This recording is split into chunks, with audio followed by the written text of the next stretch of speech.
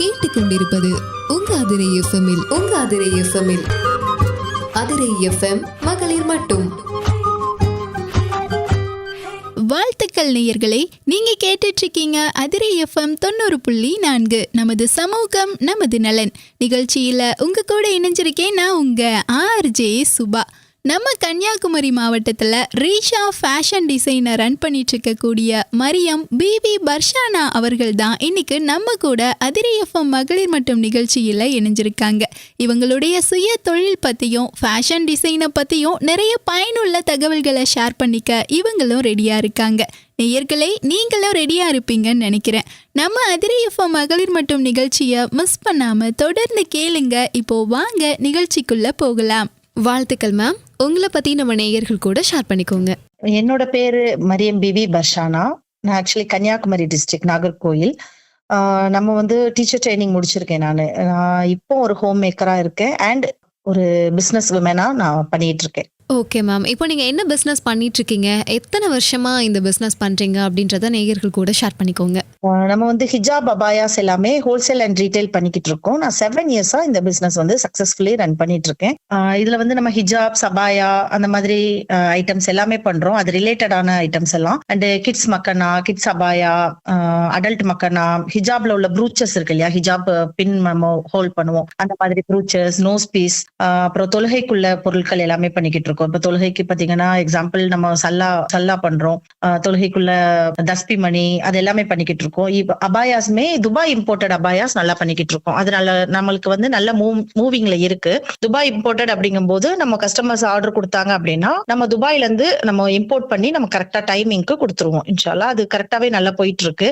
அதுக்கப்புறம் பாத்தீங்கன்னா நம்ம நைட்டிக்கு போடுற ஷால் எல்லாம் இருக்கு இல்லையா, துபாய் இந்த ரயான் ஷால், காட்டன் ஷால், அந்த மாதிரி ஷால்ஸ் எல்லாமே கஸ்டமர்ஸ் என்ன சைஸ்ல மெஷர்மெண்ட்ல கேக்குறாங்களோ. இப்போ எக்ஸாம்பிள் சில கஸ்டமர் 2 மீட்டர்ல கேட்பாங்க, சில கஸ்டமர் 2.5 மீட்டர்ல வேணும் அப்படின்னு கேட்பாங்க. அந்த மாதிரி எல்லாமே ஐட்டம்ஸ் பண்ணிக்கிட்டு இருக்கோம். அது தவிர நம்ம என்ன பண்றோம் அப்படின்னு பாத்தீங்கன்னா சாரீஸ் பண்ணிட்டு இருக்கோம். சாரீஸ் எல்லாமே நம்ம கஸ்டமர்ஸ்க்கு கேட்கிற என்ன டிசைன்ல வேணும்னு கேக்குறாங்களோ அதை கூட நம்ம மேக் பண்ணி கொடுக்குறோம். கவுன் கொடுக்குறோம், மாடஸ்டி வியர், ஜுவல்லரி ஐட்டம்ஸ், இது எல்லாமே நம்ம ஆல் ஓவர் இந்தியா சப்ளை பண்ணிக்கிட்டு இருக்கோம். எந்த ஊர்ல இருந்து கஸ்டமர் கேட்டாலும் அவங்க வெளியிலே போவேனா, அவங்க வீட்டுக்கே நம்ம டோர் டெலிவரி பண்ற மாதிரி அரேஞ்ச் பண்றோம். ஓகே மேம், ஃபுல்லாவே ஒரு பொட்டிக் மாதிரி நீங்க வச்சு பண்ணிட்டு இருக்கீங்க இல்லையா? ஸோ இந்த அபாயாஸ், அது கூட சாரீஸ், நைட்டி ஷால், இந்த மாதிரி நிறைய பொருட்களை நீங்கள் விற்பனை பண்ணிட்டு இருக்கீங்க. ஸோ இது எல்லாமே ஓன் மேனுஃபேக்சர் நீங்கள் தானா அல்லது ஹோல்சேலராக இருக்கீங்களா மேம்? ஹோல்சேலரா இருக்குமா. ஹோல்சேல் நம்ம கஸ்டமர் எதை விரும்புறாங்களோ நம்மளுக்கு தெரியும் இல்லையா, கஸ்டமர் என்ன மாதிரி டேஸ்ட் இருக்கும் கஸ்டமருக்கு. இப்போ சில கஸ்டமர் இந்த ஸ்டோன்ஸ் நிறைய வச்சு கேட்பாங்க, சில கஸ்டமர்ஸ் ஸ்டோன்ஸ் கம்மியா கேட்பாங்க. சில இப்போ காலேஜ் கேர்ள்ஸ் எல்லாம் பிளெயின் ஹிஜாப்ஸ் ரொம்பவே விரும்புவாங்க. பிளெயின் ஷிஃபான்ஸ் ஹிஜாப்ஸ் எல்லாம் ரொம்ப மூவிங்ல இருக்கும் நம்மளுக்கு. அப்ப கஸ்டமர்ஸுக்கு ஏத்த மாதிரி என்னென்ன விரும்புவாங்களோ அதை நம்ம ஃபுல்லாவே ஸ்டாக் எடுத்துருவோம். அதுல இருந்து நம்மளுக்கு 1 by 1 கொரியர் போடுவோம். இப்போ எக்ஸாம்பிள் ஷாப்ஸ்க்கு எல்லாமே ஹோல்சேலா கேக்குறாங்க அப்படின்னா நம்ம ஷாப்ஸ்க்கு டைரக்டா ஹோல்சேலும் நம்ம பண்டல் அனுப்பி விட்டுருவோம். சிங்கிள் பீஸ் வேணும்னாலும் நம்ம வீட்டுல இருந்து கொரியர் போட்டு கஸ்டமர்ஸ்க்கு அனுப்பிடுவோம். ஓகே மேம், இப்போ நீங்க சொன்னீங்க டீச்சர் ட்ரைனிங் முடிச்சிருக்கேன் அப்படின்னு. ஸோ டீச்சர் ட்ரைனிங் முடிச்சுட்டு நம்ம அதுக்கு அடுத்து நம்ம வெளியில போய் ஜாப்க்கு போகலாம் அப்படின்றது இல்லாம நம்ம ஒரு உமன் ஆண்டர்பிரனரா சுய தொழில் தொடங்கலாம் அப்படின்ற ஒரு பிளான் எப்படி மேம் உங்களுக்கு வந்துச்சு? இல்ல, நம்மளுக்கு பினான்சியல் சப்போர்ட் வேணும் அப்படிங்கும் போது பினான்சியல் லெவலா நம்மளுக்கு கொஞ்சம் பண தேவை ஆரம்பிச்சது.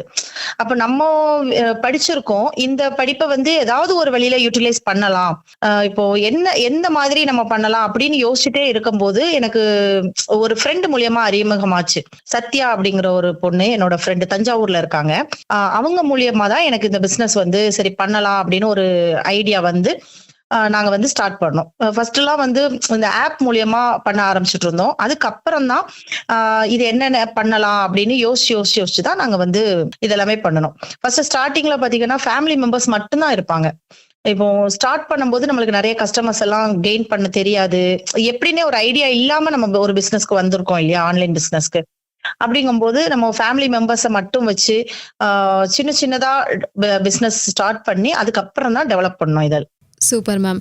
ஸோ ஆரம்பத்தில் வந்து உங்களுடைய ஃப்ரெண்ட்ஸோட சப்போர்ட்டோட நீங்கள் வந்து இந்த தொழிலை ஸ்டார்ட் பண்ணியிருக்கீங்க. பட் வந்து நான் ஒரு பிஸ்னஸ் ட்ரை பண்ணி நானும் அந்த பிஸ்னஸ் ஸ்டார்ட் பண்ணிட்டேன். ஒரு பொருட்கள்லாம் நானும் ஒரு குறிப்பிட்ட பொருட்களை விற்பனை பண்ணுறேன் அப்படிங்கிறப்போ அதுக்கான வரவேற்பு அப்படின்றது ஆரம்பத்தில் இருந்திருக்கணும்ல மேம். ஸோ ஃபஸ்ட்டு இவங்ககிட்ட நம்பி வாங்கலாம் அப்படின்ற மாதிரியான சப்போர்ட்லாம் உங்களுக்கு எப்படி இருந்துச்சு மேம்? இல்ல சப்போர்ட் ஃபர்ஸ்ட் வந்து நம்மளுக்கு ஃபேமிலி சைட்ல இருந்தது. நம்ம ஃபேமிலியில வந்து கொஞ்சம் மெம்பர்ஸ் தான் இருப்பாங்க. அப்புறம் ஃபேமிலி, ஃப்ரெண்ட்ஸோட ஃப்ரெண்ட்ஸ் அந்த மாதிரி நம்மளுக்கு கொஞ்சம் சப்போர்ட் ஆரம்பிச்சது. இப்போ ஃபேமிலிலயுமே ஏதாவது ஒரு ஃபங்க்ஷனுக்கு அப்படித்தானே வாங்குவாங்க. அப்ப எனக்கு ஒரு ஐடியா தோணுது எப்படின்னா, இப்போ ஏதாவது ஃபங்க்ஷனுக்கு மட்டும் அப்படின்னு நம்ம ஒரு பிசினஸ் இல்லாம டெய்லி டே பை டே நம்மளுக்கு ஒரு பிசினஸ் நடக்கணும். இந்த பிசினஸை நம்ம எப்படி டெவலப் பண்ணலாம் அப்படிங்கிற மாதிரி நான் யோசிச்சேன். இத வந்து ஸ்டார்டிங்லலாம் வந்து ரொம்பவே கேஷ் வந்து நம்மளுக்கு லாஸ் ஆனதும் இருக்கு.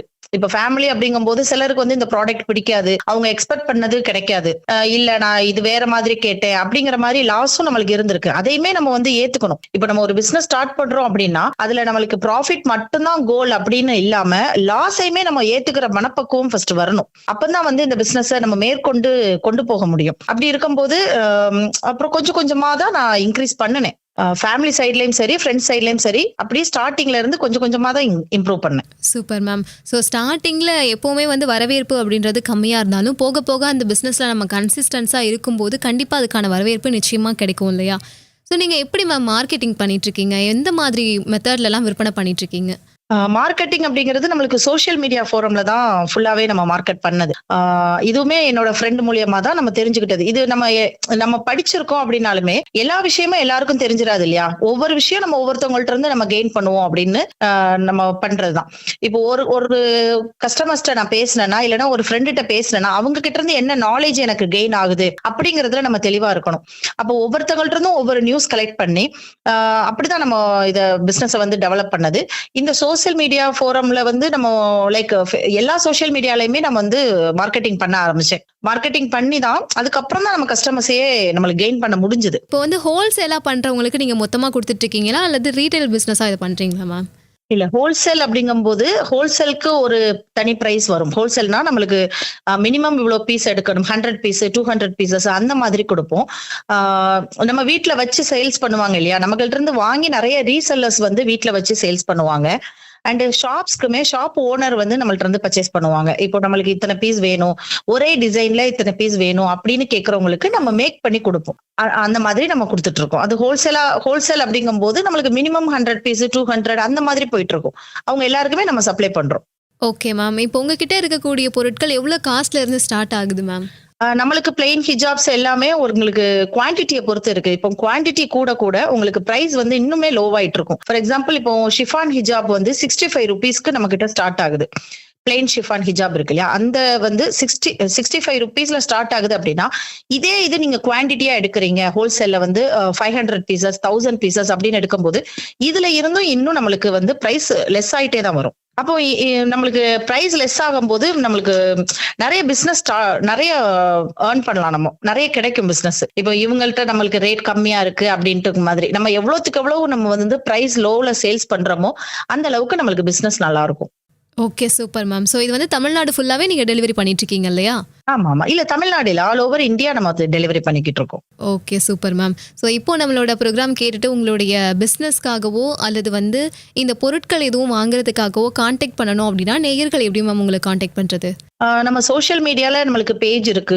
எஃபி, ஃபேஸ்புக்ல இருக்கட்டும், இன்ஸ்டா, ஷேர் சாட் எல்லாத்துலயுமே நம்மளுடைய பிசினஸ் நேம் இருக்கும். ரீஷா ஃபேஷன் ஹிஜாப் அப்படிங்கிற நேம் இருக்கும். அதுல நீங்க கிளிக் பண்ணாலே அதுல எல்லாத்துலயுமே நம்மளுடைய கான்டாக்ட் நம்பர் இருக்கும்.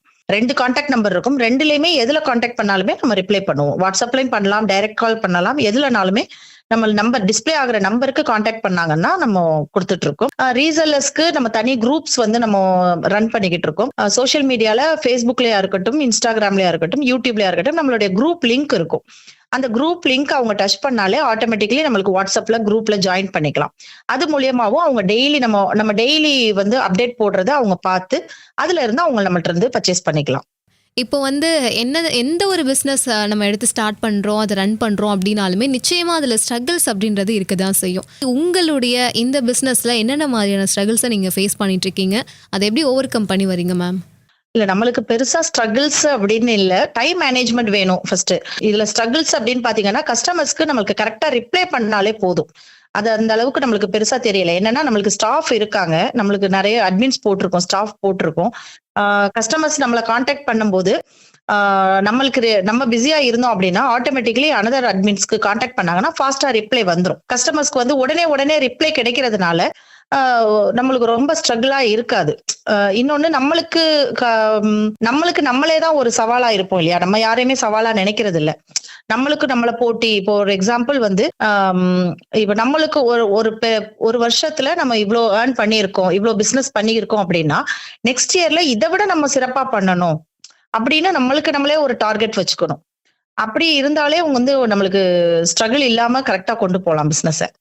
Okay, super ma'am. ஸோ என்னதான் வந்து ஸ்ட்ரகிள்ஸோடையும் அல்லது ஸ்ட்ரகிள்ஸ் இல்லாமலும் ஒரு பிஸ்னஸை ரன் பண்ணுறோம் அப்படின்னாலும் அதுக்கு பின்னாடி நம்மளும் ஒரு பிஸ்னஸ் ரன் பண்ணி அதில் ஏர்ன் பண்ணுறோம் அப்படிங்கும்போது அதில் ஏதாவது நம்ம ப்ரௌடாக ஃபீல் பண்ண ஒரு மொமெண்ட் அப்படின்னு இருக்கும்ல மேம்.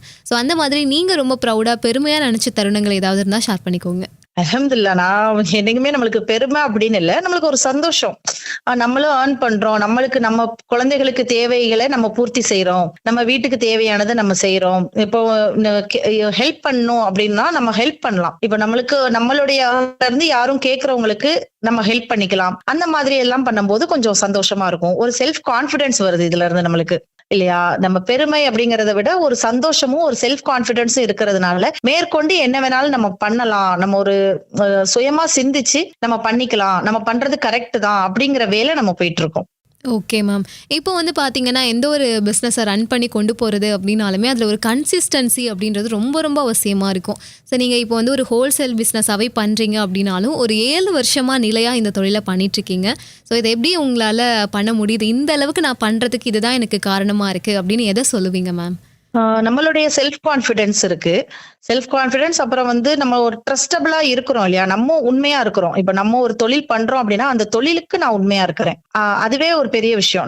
நம்ம தொழிலுக்கு நம்ம உண்மையா இருக்கணும், நம்ம கஸ்டமர்ஸுக்கு நம்ம உண்மையா இருந்தாலே போதும். ஒரு கரெக்ட் டைமிங், ஒரு டைமிங்ல டெலிவரி கொடுக்கறது, ஒரு நேர்மை, உண்மை, அது இருந்தாலே கஸ்டமருடைய ஒரு நம்பிக்கையை நம்ம சம்பாதிச்சுட்டாலே நம்மளுக்கு அல்ஹம்துலில்லாஹ் பரக்கத்தா இருக்கும். தொழில வந்து சஸ்டெயின் பண்ணலாம், எத்தனை வருஷம்னாலும் நம்ம சஸ்டெயின் பண்ணி போயிட்டே இருக்கலாம். நிச்சயமா மேம். ஸோ அந்த ஒரு ட்ரஸ்ட்டு இருந்துச்சு அப்படின்னாலே கண்டிப்பாக நம்மளால எந்த பிஸ்னஸாக இருந்தாலும் நல்ல கன்சிஸ்டன்ஸாக கொண்டுட்டு போயிட்டு இருக்க முடியும். ஸோ நெக்ஸ்ட்டு வந்து என்னோட அப்டேட்டில் இது ஒன்று புதுசாக நான் கொண்டு வரலான் இருக்கேன், இந்த மாதிரி என்னோட ஃபியூச்சர் பிளானில் ஐடியா இருக்குது அப்படின்ற மாதிரி ஏதாவது இருக்கா மேம்? நிறையவே இருக்கு, நிறைய பிளான்ஸ் இருக்கு. இன்ஷால்லா ஒன் பை ஒன்னா நம்ம பண்ணலாம் அப்படின்னு இருக்கிறோம். இன்னும் அடுத்தடுத்த கட்டத்துக்கு நம்ம மூவ் பண்ணணும். எக்ஸாம்பிள் ஒரு ஷாப் ஓபன் பண்ணணும், நிறைய விமென்ஸ்க்கு வந்து நம்ம வேகன்சி, நம்ம ஜாப்க்கு வந்து கொடுக்கலாம். அந்த மாதிரி இருக்கு. நம்ம ஆல்ரெடி நிறைய அட்மின்ஸ் போட்டிருக்கோம், இன்னும் நிறைய பேருக்கு நம்ம வாய்ப்பு கொடுக்கலாம். அப்புறம் இப்பவுமே பேக்கிங் செக்ஷனுக்கு எல்லாத்துக்குமே நம்ம ஸ்டாஃப்ஸ் போட்டிருக்கோம். இன்னும் நம்ம பிசினஸை டெவலப் பண்ணும்போது இன்னும் 2-3 பேருக்கு நம்ம வந்து ஜாப் கொடுக்கலாம். அந்த மாதிரி நிறைய பிளான்ஸ் இருக்கு. இன்ஷால்லா ஒன் பை ஒன்னா பண்ணலாம். Super ma'am. ஸோ நிச்சயமா வந்து உங்களுடைய பயணத்துல இன்னும் அடுத்தடுத்து மென்மேலும் வளர அதிரே எஃப்எம் சார்பாக வாழ்த்துக்கள். இப்போ வந்து நீங்கள் ஒரு பிஸ்னஸ் உமன் அப்படிங்கிற அடிப்படையில் சுய தொழில் தொடங்கணும் அப்படின்னு நினைக்கிறவங்களுக்கு பொதுவாக நீங்கள் சொல்ல நினைக்கக்கூடிய ஆலோசனைகள் அப்படின்னு எதை சொல்லுவீங்க மேம்? சுய தொழில் அப்படின்னா நம்ம ஃபர்ஸ்ட் நம்மளே நம்பணும், அதுதான் பெரிய விஷயம். நம்மளால பண்ண முடியும் அப்படின்ட்டு ஒரு முடிவை எடுக்கிறோம் அப்படின்னா அதுக்கு வந்து நம்ம முடிவுக்கு உண்மையா இருக்கணும், நம்ம முயற்சி பண்ணணும். இது நினைச்சிட்டு அப்படியே விடாம தொடர் முயற்சின்னு ஒண்ணு இருக்கு இல்லையா. அது ஃபர்ஸ்ட் இப்ப நானுமே வந்து ஃபர்ஸ்ட் நிறைய லாஸ் ஆயிருக்கேன், நிறைய வந்து நம்மளுக்கு தோல்விகள் இருந்திருக்கு. அந்த தோல்விகள் எல்லாமே நம்ம அட்ஜஸ்ட் பண்ணி அதுல இருந்து நம்ம மீண்டு வரணும். சரி பிசினஸ் லாஸ் ஆயிட்டு இதை வந்து கண்டினியூ பண்ணணுமா வேண்டாம் அப்படிங்கறது மாதிரி விட்டுறாம இன்னுமே சரி ஓகே பண்ணலாம், நம்மளால முடியும் அப்படின்னு நம்ம ஒரு செல்ஃப் கான்பிடன்ஸோட நம்ம வந்து எந்திரிச்சு ஓடினா மட்டும்தான் எதுனாலுமே நம்ம முயற்சி பண்ணா கண்டிப்பா நடக்கும். இப்போ வந்து நீங்கள் ஒரு உமன் ஆண்டர்பிரனர் அப்படின்ற எல்லாத்தையுமே கடந்து நீங்கள் ஒரு உமன் அப்படிங்கிற அடிப்படையில் மற்ற பெண்களுக்கு என்ன சொல்ல நினைக்கிறீங்க இந்த தருணத்தில்? நான் ரொம்ப நம்புறது எஜுகேஷன். நம்ம படிச்சா என்னனாலும் பண்ணிக்கலாம் அப்படிங்கிற ஒரு செல்ஃப் கான்பிடன்ஸ் கண்டிப்பாவே வந்துடும் படிச்சாலே.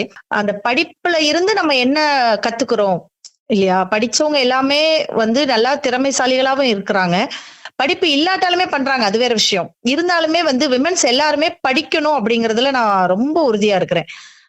ஸ்கூலிங்கோட நிப்பாட்டாம ஹையர் எஜுகேஷன் பண்ணிட்டு அதுக்கப்புறம் ஃபியூச்சர் அவங்க யோசிச்சாங்கன்னா ரொம்பவே பிரைட்டா யோசிக்கலாம். அவங்களுக்குள்ள ஒரு செல்ஃப் கான்பிடன்ஸ் வரும். எந்த பிசினஸ் வேணாலும் நம்ம யோசிச்சுட்டு பண்ணலாம். நம்ம என்ன யோசிக்கிறோமோ அதை வந்து தயங்காம அவங்க எக்ஸிக்யூட் பண்ணணும். இது ஓகேவா, வருமா, இது நம்ம பண்ணலாமா, இது பண்ணுனா சரியா வருமா அப்படின்னு அவங்களுக்குள்ளேயே கொஸ்டின்ஸ் கேட்டுக்காம அவங்க என்ன கொஸ்டின்ஸ் கேட்கறாங்களோ நம்ம இதை வெளியில சொல்லலாமான்னு யோசிக்காம அதை தயங்காம பண்ணினாலே நல்லாவே கொண்டு போகலாம். நிச்சயமா மேம். ஸோ இதுவரையும் உங்களுடைய பிஸ்னஸ் பற்றி நிறைய நல்ல விஷயங்களை இன்னைக்கு நம்ம எஃப்எம் வழியாக நீங்கள் ஷேர் பண்ணீங்க.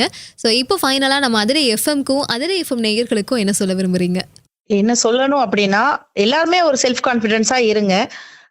ஒரு நீங்க என்ன நினைக்கிறீங்களோ, நீங்க என்ன நினைக்கிறோம் அப்படிங்கறத நம்ம செய்யணும்.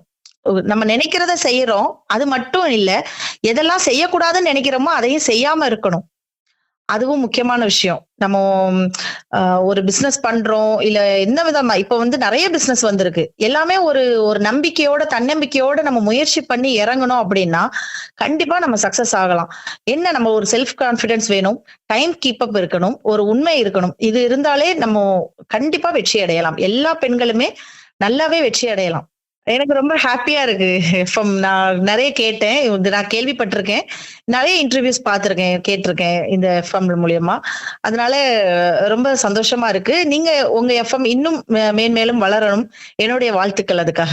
நேயர்களே, நம்ம அதிரை எஃப்எம் மகளிர் மட்டும் நிகழ்ச்சியை மிஸ் பண்ணாம தொடர்ந்து கேட்டிருப்பீங்கன்னு நினைக்கிறேன். கன்னியாகுமரி மாவட்டத்தில் ரீஷா ஃபேஷன் டிசைனர் ரன் பண்ணிட்டு இருக்கக்கூடிய மரியம் பிவி பர்ஷானா அவர்கள் அவங்களுடைய சுய தொழிலை பற்றியும் ஃபேஷன் டிசைனை பற்றியும் பயனுள்ள தகவல்களை ஷேர் பண்ணாங்க.